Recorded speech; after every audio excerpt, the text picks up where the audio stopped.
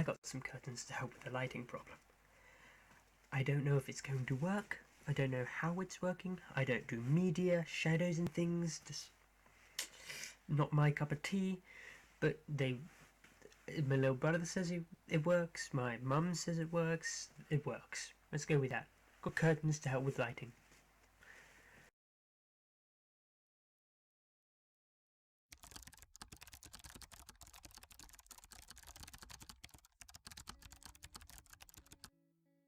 Hello Internet, I'm Oliver Worley from Ikarus's workshop, and I've come to pretend that my life is in order with a couple of sets of token clothing, the scarf and the gloves. They should convince people that I'm mildly sane, I hope. And so I thought I'd just do some D&D stuff to begin with, nice and safe, nothing too outrageous, things that I can just kind of slowly work in and just relax and enjoy. No risk, really. Just stuff to get my mind working.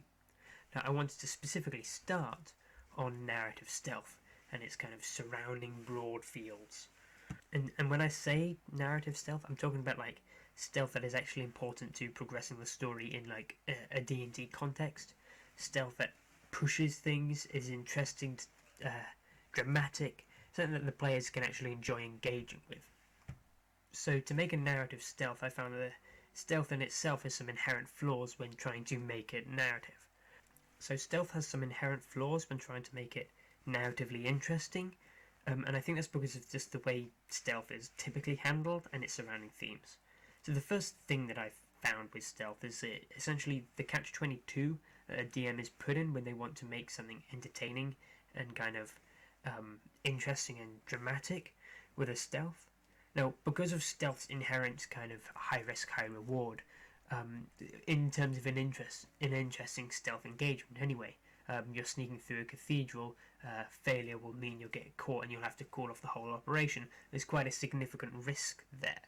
And so when the DM constructs this encounter, he's got to construct it with it in mind that many of the players who are bad at stealth, as in ones who have negatives or not high enough bonuses to feel confident, let's say the paladin or the cleric, the DM wants to make the situation that accounts for them, and the problem with that is this is where the catch-22 comes in place. The DM has two options: either they can make a entertaining stealth, a dramatic and dynamic one for whichever characters get involved, meaning that a number of characters are left out and the cleric and the paladin have nothing to do while this stealth engagement is going on. The DM can, of course, do like a split the party thing and bounce between the two groups, but usually that ends up even worse than just one group sitting out for a moment. It's just not very entertaining to have to, take moments on and off of play. Or the DM can essentially rush through a stealth and have it short and snappy, just a few simple rolls and descriptions before it gets back to the main party. This, of course, means that the stealth is lackluster and has no real kind of bearing, and it's not that entertaining to kind of play through, or it's not memorable. It doesn't have the same pizzazz that other encounters and things that happen when you play D&D do have. For example, combat. And essentially, these 2 points come to the conclusion that there's either no narrative enjoyment or is not very dramatic. It's just the stealth is not something that you want to engage with, because either a number of the party is left out or it's hardly memorable at all. And this kind of comes with another problem, because of the dependency on the dice, because of the reliance on the stealth skill for a stealth engagement, regardless of how natural that seems to happen. Essentially, you lose a lot of agency and decision making within that process. You don't really have that same option to take different actions. It's usually just make a stealth check, and that determines whether you're a success or a failure. Maybe you have someone to cast a spell to aid you, but then that spade simply augments the dice roll. There's no different options or choices that you can take that influence that sort of the way the encounter runs, specifically because the encounter seems to be quite short and role dependent. And lastly, there's almost no RP opportunity. There's no opportunity to kind of explore your players' philosophies or character or ideas because of the low profile you have to keep. Now, that again, all of this feels natural and inherent to a stealth, and I completely understand why it's there, but I do feel like there's some fundamental changes that could be put into place. And that's essentially where my fixes come into place, my narrative fixes for the stealth encounter, whatever you want to call it. So of course the first problem that I mentioned was this lack of drama, lack of narrative engagement. There's no real consequences or reality to the stealth. Or let me correct that. There are consequences, but they're not. There's no drama to achieving them. It's a simple dice roll, as I say, and so I want to fix it. Now, what I've understood to kind of make something dramatic is that to make something dramatic, there has to be some sort of tension, some sort of pushing factor that creates this pressing feeling of potential threat. Essentially, if you provide this long engagement, this detailed stealth, and then provide no sort of limitations, or tension building scenario, then the players will spend their time taking as minimal risks as possible, and that's fine and all, but that doesn't add to drama. So to counter this, you want to create something that pushes the players to take risks. I'm thinking maybe some sort of time limit. You've got to get some sort of documents before morning, otherwise they will be gone and this whole preparation and execution will be worthless. And so you implement a time limit. The way I've kind of considered doing it before is maybe having like a time score, and when you build your encounters, each different sort of segment of the encounter has a number of solutions, and you apply different like time score to each of them. The bigger the time score, the longer it takes, and if it exceeds a certain time limit, you might make things suddenly more difficult, or you might make them fail completely.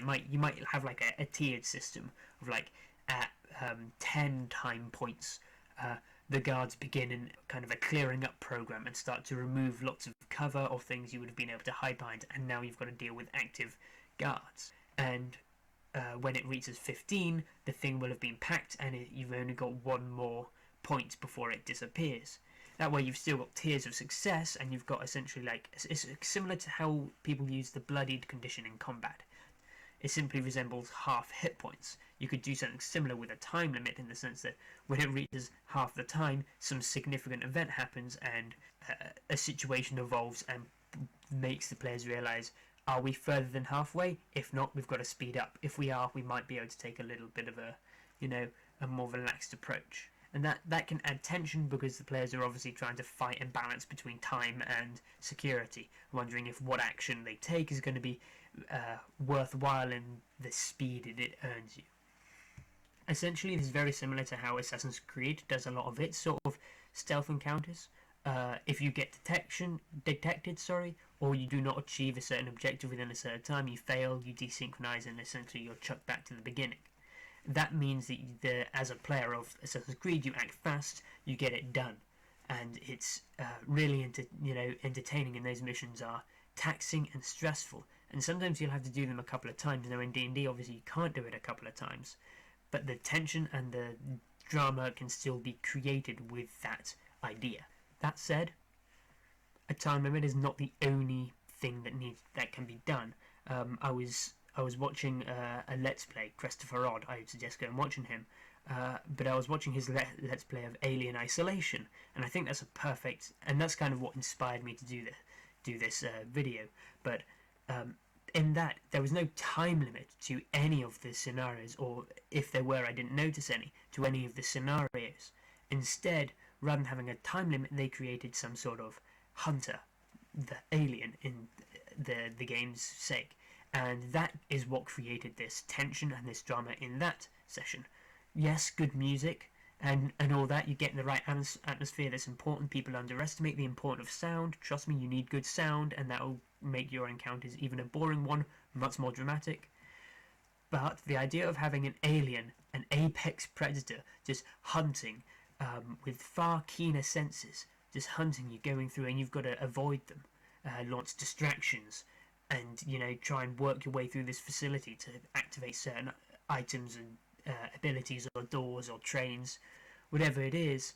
By having this hunter, suddenly you might end up having to completely backtrack to avoid the hunter as it goes a certain way, and that can really add a new kind of dynamic and drama that wasn't there. Combine it with a time score, some sort of time limit, and suddenly you've got hell to pay. Especially if getting seen will essentially get you killed. You've got all these things that stack on top of each other and just hammer down the idea of things are bad, and you can make them a lot worse if you don't get the balancing of all of these points right. Now, something that ties well into a hunter or numerous hunters, because it doesn't have to be a single, a collection of guards can be an effective hunter in this situation. But something that ties well into that is having some sort of awareness score. And this is an idea that I got from XCOM, specifically XCOM 2. There is this mission where you're, in the story missions anyway, where one of your soldiers has been captured and you've got to go and retrieve them. And you start this kind of jailbreak mission, as it were. Now, as you're getting there, there's a security level, with security level 1 meaning enemies can hardly notice you and are completely oblivious to your presence, all the way to security level 10, I think, maybe 20, 10, or let's go with 10, where they're sending reinforcements every round to really hammer down that they want this thing secured. Now, and I like this idea, especially for a D&D one, and what I like even more is when you show your players.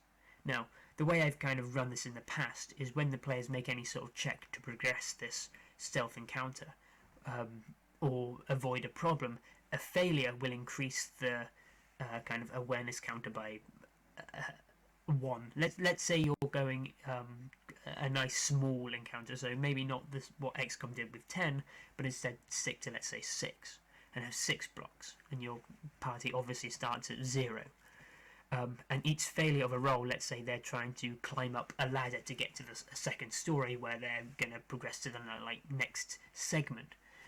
If one of them fails their, let's say, athletics check to climb up that ladder, suddenly the awareness increases by 1 as the ladder falls over. The guards are now on level 2 awareness. They're not expecting anyone to be there, but there's been a noise and they're, worried that it might, something might be there. And so having this awareness score can affect the player's kind of psyche. And it adds more to balance with. I'm not when I say all this balancing resources, I'm not saying you have to provide all of them at the same time. You don't have to provide a hunter, a time limit, and an awareness score just to make things dramatic. No, and the more of them you place, the more tense and hard the encounter will become.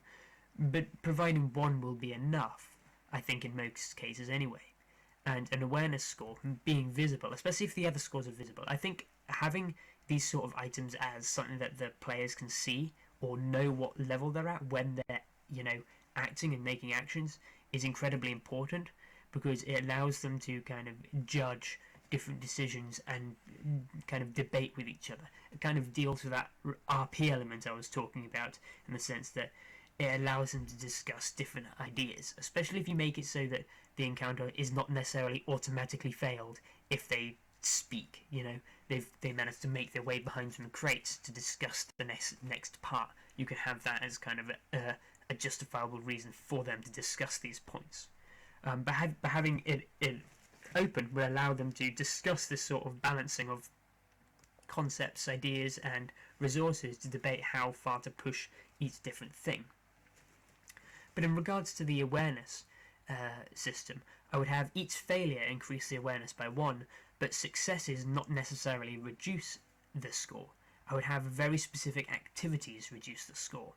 Let's say your party is a bunch of special agents creeping into a skyscraper of a billionaire, and they've got to find information that incriminates them. One of your parties accidentally set off a fire alarm down below, and now a camera system down below, and now there are guards hunting them actively throughout the facility. Not 100% sure it wasn't just a cat, but the guards are playing on the safe side. And yet the players managed to make it up the next story and find themselves into the security room, with the security officer distracted by something else. If they go in and let's say remove the footage or mess around with the footage creatively and find some solution that would make the security officer think nothing's the problem, or maybe they disable the security officer and then implement a command saying that false alarm return to normal. I might allow that as a way to reduce the awareness score, but that decision would be specific and not just a dice roll. That would be active decision making on the player's side. Now what that does is adds the sort of agency element while also allowing creative solutions and allowing the scenario to feel dynamic, especially because it would mean you're not just reliant on a stealth check anymore. Yes, the rogue might be able to get in with their 102 to stealth and deal with the security officer, but they might not be able to deal with the security footage, and so you've got to get your tech expert in to mess around with it, and thus you've got to get your tech expert into the scenario. See what I mean?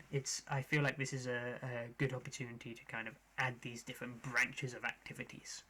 Now, of course, another way to add drama is like the oldest way that authors or screenwriters or anyone does beforehand, and that's create essentially stakes, or at least the perception of stakes. Now, courtesy to Dale Kingsmill for this idea specifically, and the idea that's about to follow this. But the idea of creating stakes is vitally important. If people feel the world is going to end and if they fail this encounter, then this encounter suddenly feels far more significant. The players feel that they've got to take things seriously. There's a real cost involved. That high risk, high reward element that I was talking about earlier doesn't have to disappear to make stealths more narrative friendly, but they've got to be done in a way that actually works.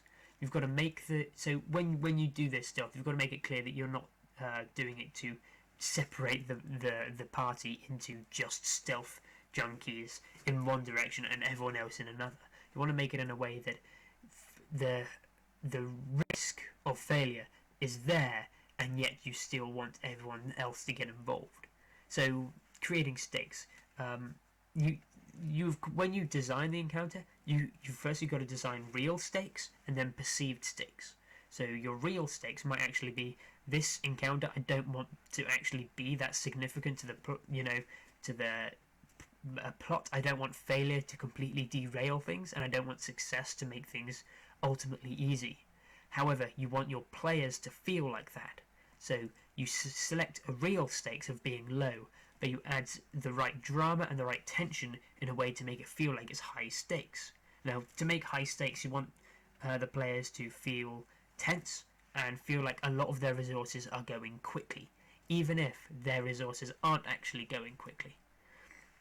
The way I tend to do this is provide with a number of different I provide them in environments with enough to interact with that they've got different creative solutions to different problems, and then as they do each creative solution followed by another, I don't make them 100% successful, I make them just successful enough. And then the players can actually not expend any spell slots at all, and yet still feel like they've used a lot of resources because the things they found on this encounter have ended up being used in the encounter, and it's not as successful as they may have once hoped. And there goes the feeling of resource expenditure. And then of course we come to my final point, which is in courtesy to Dale Kingsmill, and that's the idea of significant events. Now, they brought this up in relation to narrative-centric combat, and essentially it's the idea of having certain, like a specific event or a number of events depending on the scale of the encounter, having a number of significant events that really draw the player's attention and are specific, even if the effects aren't that significant themselves. So they gave. I go and check out their video. Dale Kingsmill, brilliant channel, worth looking at. But in regards to stealth, when you create this kind of significant event, you want an opportunity for everyone to be able to react in an effective way, in their own unique way. Part of the problems I said was there's low opportunity RP or present a player philosophy. By providing a significant event, some sort of significant event, you can essentially give the opportunity for players to use their own resources in a cunning way that their character would use, not necessarily the best use for that scenario, especially because a significant event doesn't actually have to be significant, it just has to appear that way. I would say simple things like, and you've got to like RP them out. You've got to have a specifically describe and ask for responses or actions in response to this decision specifically, even if the rest of the encounter is kind of dealt with on a more broad level. You want the significant event to feel significant and specific. I'm thinking your players are, let's say, walking through some sort of crate yard filled with old boxes and warehouses, and they get stopped by a bunch of guards, or a bunch of guards are attracted by their attention, and the players have to find a way of distracting them or getting rid of them somehow. However this is chosen to be done is up to the players, but you want it to feel specific. I mean, you can have a number of these guard sort of scenarios happen, but in most cases you'll just brush over them.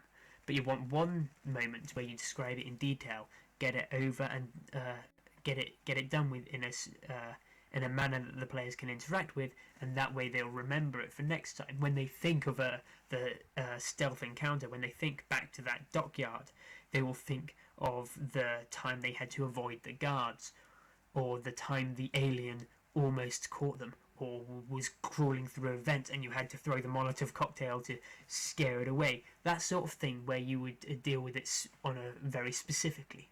Now that's all the like drama malarkey dealt with, but you've still got the involvement of when you create this stealth encounter to make it so everyone is involved.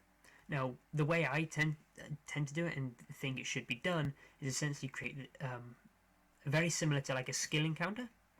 So when you engage in a stealth activity, firstly you want to make sure that there's the scenario and the context of the scenario involves more than just the rogue, more than just sneaking in. You've got to sneak through the dockyard, but you also know there's an arcane lock on the box of the thing that you're trying to collect, and so you've got to bring your wizard. You also know there's a portcullis that needs dealing with, and that will require some significant strength, and so you bring the fighter. That sort of thing. And it gets to a point where it's, even if you don't create a scenario for everyone, you create a scenario enough that they feel like, well, you've got a -2 to our stealth already, we may as well bring the guy who has no penalty just as a scapegoat if something goes wrong. So you bring the ranger because your cleric's going. That sort of thing. So you want to create that beforehand. But then, once you're actually engaging in the encounter, you want to design encounters with the idea of everyone involved, and thus, essentially, I would do a skill challenge. When we think to combat, combat is like is the perfect example of what you want from kind of like a D&D encounter. Though there are specific classes designed for combat, the fighter and the barbarian example, everyone has their own power and thing that they can bring to the table. The bard with their inspiration, the wizard with their disintegrate, and the rogue with their sneak attack. All of them are skilled combatants and are useful in a combat situation. In stealth, though the rogue obviously is the first choice with their stealth skill, the others should be no less useful just because they have athletics or arcana instead. And so when you create these encounters, you want to design them with the idea that the cleric might be on find a way to get up onto like some sort of guard tower and view the entire landscape and decide on certain routes to avoid, or certain guard treks which are easy to follow. Or they might notice that the left tower has far fewer torches and thus would be easier to sneak through than the right tower, which is swarming, and thus they can be helpful to the engagement. Or the fighter has to help the wizard up over a wall because the wizard ain't going to do that, and the fighter can do it easily, and so they both help each other and get over and move onwards. Usually, if you combine this with a significant event, then all the players will feel involved with the significant event and feel like they're all helping each other as a team to achieve the end, which is incredibly valuable and much more engaging for the entire party, and in my opinion, more just a better outcome from some sort of narrative-centric concept that you're pushing, in this case, stealth. Now, you don't want to take this away and purely rely on dice rolls, because as I said, you don't want to make things reliant on dice rolls. You want characters to have agency. If you create a scenario in which the dice roll determines success or failure rather than the choice, then or the dice roll is the only factor that distinguishes success or failure rather than choice, the players will feel a lot more like luck is what's to play in the encounter, and they won't feel like the resolution is due to their merit or their failings. And you want that to feel in place because they can feel empowered or they can feel weakened based on their actions. They can feel responsible for what they're doing. Now, responsibility is incredibly valuable for a DM because it makes the players and in turn the characters respond in a kind of more authentic way. If they feel like killing that guard is what ruined the whole encounter, next time they're there they might think, actually, last time we killed the guard things went badly. Maybe we should just stun him, disable him, or try and ignore him entirely. What that does is it means that they can evolve, adapt, think about these scenarios more deeply because they understand the consequences are much more on their choices rather than the roll of a dice. The dice are obviously still relevant. They go for that sneak attack and they roll a natural 1, they're going to fail. But it allows them to weigh up those sort of chances and take a calculated risk rather than just pure chance. And this in turn allows you to learn more about the character, learn their kind of philosophies, their understandings, their personalities. With the stress of the kind of the drama you're creating, the player will act much more within the realms of how they believe their character will think, even if they don't consciously think that's how their character would act. Because they put themselves in the mindset, and that sort of much more raw drama and tension can be a stronger influencer and help you understand them and help the players understand them. So I really quite enjoy that sort of scenario.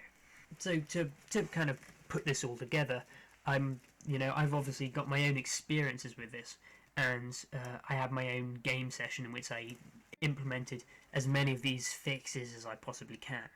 So for context, the players were members of the local, or the they were investigating a number of murders that were happening in the kind of magic academy locally, and they traced some of the cultists who were taking these murders and kidnappings. They had traced these cultists to the large cathedral which was undergoing construction. Now, they decided to wait until a festival was happening to draw all of the priesthood out of the cathedral, and then decided to search the cathedral for maybe some sort of clue or entrance into the cultist sort of area. Now they entered, they managed to find... I did a little tense encounter with a guard who was almost like half asleep outside the door, but they dealt with that one fine. That wasn't really a significant event, just a little encounter to get them teased up and ready. But they opened it and they found this large cathedral with scaffolding and holes in the roof at certain points, but mostly intact with statues and pews and gold trinkets and stuff. It was being used as a cathedral, it just wasn't finished. So they began their investigation. Now, a little while through, when they weren't expecting anyone to come, at this point they had all the time in the world. They hadn't put any tension or stress on them. They have all night and they're not expecting to take that long, and so they were taking their sweet time about it. However, I then decided to kind of spice things up, but things were going slowly. They got a couple of bits of information, but not enough to work with, and then I implemented this. A priest walked in from one of the side doors, a door that they hadn't noticed and hadn't spotted. Now, immediately they began hiding. Stealth checks for most of them. For the ones who were really bad at stealth, I gave them a perception check to try and hide, or it was just too dark for the guy to see anyway, so even had they failed the stealth check, I would have just made him a bit aware. But then I told them of an awareness score, saying, so this is how aware this guy is that someone's here. Right now he's completely oblivious. You can see that in the way he walks and acts, etc. But after a little while of my players kind of remaining hidden and not doing anything, they realised this guy is not going to leave, and there's a good chance more people will enter this cathedral. So instead they've just got to keep on going. However, my party was separated, and so they had to do communications from long distance. Eventually they continued. The guy was just walking around. He stopped to make a prayer, which gave them a bit of leeway to kind of reposition. which I hadn't expected them to reposition. I will admit, I expected them to do something else, but they repositioned, and that was a clever decision in that moment, because once he stopped praying, he began starting to loot the place, and they had to essentially climb up some scaffolding and find some hidden levers and things in the scaffolding while this guy was down below. I made them make athletics checks rather than stealth checks. I made them, or acrobatics checks. I made the wizard who was down below have to make an arcana check to try and disable some sort of magical detection device on kind of like the central pillars. Now, the significant event came about when this priest almost walked around one of the pillars in which one of my characters were hiding. I'm talking 5 feet, 10 feet away from each other. Now, I decided to stop whatever the players were doing here, and it gave them the opportunity to react. Now, one of the players who was in the rafters decided to make something fall down. They cut a bucket which was held on by ropes, so it fell and clattered to the ground. The priest, obviously his attention was drawn, was startled, and began speeding up, managing to walk past this other character without looking round at the pillar, and thus this character managed to sneak round and hide. This scenario gave someone on the other side of the kind of area an opportunity to aid with this scenario, and they didn't have to roll any dice at all. They just told me the decision they were going to do, and I let them do it because it made sense narratively. Their clever actions may have increased the awareness by one of the guard, but they also managed to deal with the immediate situation without an issue. And thus, the solution came about that eventually they managed to find the hidden entrance to the kind of subterranean cultist lair and escape without being detected, despite, the kind of chaotic nature. Now, that repositioning that I gave them was a brilliant idea that I hadn't considered. I thought they were going to, just do some more searching and I'd give them a bonus because he's not looking. But instead, the reposition allowed the wizard to get to the thing that needed the arcana check, and the bard to get to the thing that needed an acrobatics check. The bard had good acrobatics.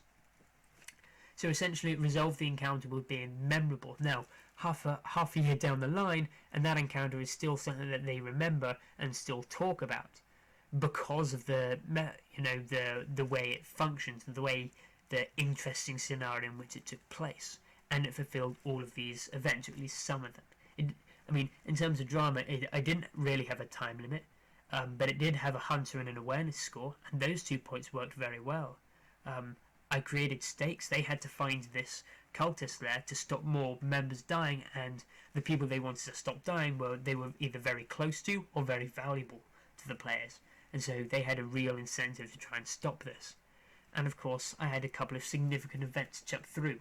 I also didn't force everyone to make stealth checks or anything, and so that's essentially how my narrative stealth worked and functioned, and it functioned well. But yeah, that's it. That's narrative stealth, and that's kind of all that I'm thinking of. I don't really know how to sign off, so I'm just going to do like an awkward wave and just, yeah.